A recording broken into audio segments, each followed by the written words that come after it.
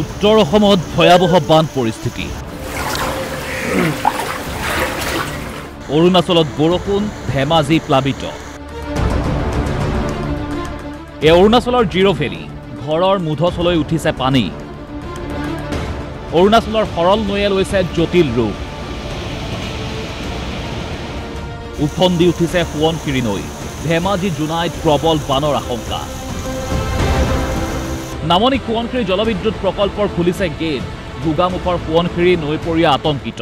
নিশাৰে পৰা হোৱা নেৰানেপেৰা বৰষুণৰ ফলত গহপুৰৰ বিভিন্ন স্থানত দেখা পোৱা গৈছে বানৰ তাণ্ডৱ। মই আছোঁ গহপুৰৰ ব্ৰহ্মাজানৰ দৰিয়াঘাটত আছোঁ। এয়া হৈছে গহপুৰৰ দৰিয়াঘাট অঞ্চলৰ দৃশ্য। একেই অৱস্থা দৰঙীয়া চুক, কথাই চুক, মহেন্দ্ৰপুৰ আদি অঞ্চলত কিন্তু এনেধৰণৰ একেই বানৰ তাণ্ডৱ। আৰু এই বানৰ তাণ্ডৱৰ ফলত কিন্তু এক প্ৰকাৰ ত্ৰাহি শুৱৰিবলগীয়া হৈছে ইয়াৰ বাসিন্দাসকলে। NHPCয়ে কোনো জাননী প্ৰেৰণ নকৰাকৈ নদীবান্ধ প্ৰকল্পৰ গেট খুলি দিয়াৰ অভিযোগ স্থানীয় ৰাইজৰ। একে পানী নাছিল বুলিয়ে ক'ব পাৰি, কিন্তু এতিয়া আহি হঠাৎ দেখিছোঁ ইমান পানী। বা এইটো মানে কেনেকৈ সম্ভৱ? মানে এইকেইদিনতো বৰষুণ দি আছে, তেওঁলোকে নিশ্চয় মানে পানীটো এৰিছে। এনেকৈ আগজাননী নিদিয়াকৈ পানী এৰাটো আমাৰ কাৰণে এটা মানে বিপদৰ সংকেত বুলি আমি ক'ব লাগিব। অৰুণাচলত বৰষুণ দি থাকিলেও নামনিত পৰিস্থিতি অতি ভয়ংকৰ হোৱাৰ আশংকা কৰা হৈছে। NHPCয়ে ইয়াৰ যি নামনি অংশৰ আচলতে সুৰক্ষাৰ কাৰণে বিভিন্ন ধৰণৰ আঁচনি বহু সময়ত আচলতে তেওঁলোকে ৰূপায়ণ কৰাৰ কথা কয় যদিও প্ৰকৃতাৰ্থত আচলতে এই নামনি অংশত আচলতে সুৰক্ষাৰ নিমিত্তে তেওঁলোকে আচলতে বৰ্তমানে কোনো ধৰণৰ আঁচনি তেওঁলোকে ফলপ্ৰসূ হোৱা পৰিলক্ষিত নহ'ল। নিৰ্মাণকাৰী সংস্থা চমুকৈ NHPCয়ে তেওঁলোকে যি দায়িত্ব, সেই দায়িত্ব আচলতে এই ফলকখন আঁৰিয়েই আচলতে তেওঁলোকে ক্ষান্ত থকা পৰিলক্ষিত হৈছে। গহপুৰৰ দৰিয়াঘাটত সাগৰ সদৃশ পৰিস্থিতি। পাহাৰীয়া নৈ ব্ৰহ্মজানে লৈছে কাল ৰূপ। ঘৰৰ ভিতৰত অবৰ্ণনীয় পৰিস্থিতি। এতিয়া আমি কৰিম কি কওক? আমাৰতো কৰিবলৈ উপায় নাই। ৰাতিপুৱাৰ পৰা যে বেমাৰী আছে ঘৰত, আমি খাম ক'ৰ পৰা? ল'ৰা ছোৱালী খুৱাম ক'ৰ পৰা? আমাক প্ৰশাসনে কিন্তু চাবলৈ দিয়া নাই নহয় এইখিনি। শুই থাকোঁতে আহিল বলীয়া বান, ফেনে ফুটুকাৰে উফন্দি আহিল বান। যোৱা ৰাতি আমি শুই থকা অৱস্থাত একদম মানে ফেনে ফুটুকাই উঠি আহিছে। আমি সাৰ পাই উঠি ইফালে বচাম নে সিফালে বচাম, কিছুমান বস্তু উঠি গ'ল, নে গৰু বচাম নে মানুহ বচাম, তেনেকুৱা হৈছে। আৰু জোৰাতাপলি মাৰি মথাউৰি নিৰ্মাণ কৰাৰ ভয়ংকৰ পৰিণতিত প্ৰতিবাৰ বাৰিষাতে ভুগিবলগীয়া হয় এওঁলোক।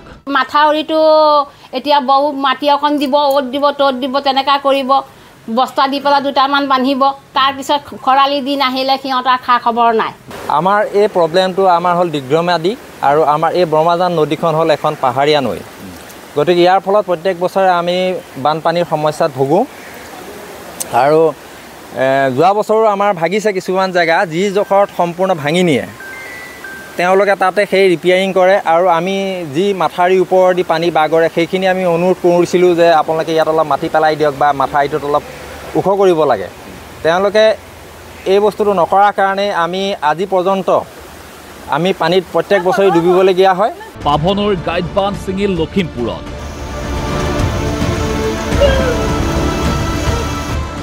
গাইড বান্ধ ছিঙি হুৰে সোমাইছে এতিয়া পানী, চৌপাশে মহাসাগৰ। 20 বছৰ মানৰ সমস্যা আজিলৈকে সমাধান হোৱা নাই।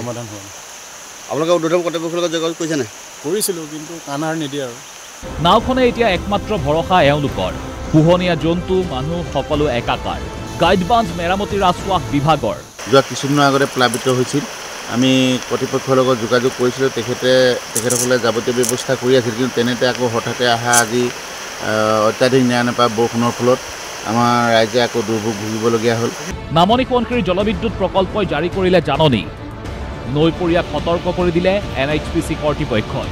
যিকোনো মুহূৰ্তত হ'ব পাৰে জলসংহাৰ। মুঠৰ ওপৰত এতিয়া তীব্ৰ আতংক আৰু গভীৰ অনিশ্চয়তাত উত্তৰ অসমৰ নৈপৰীয়া। Bureau' report, DY25।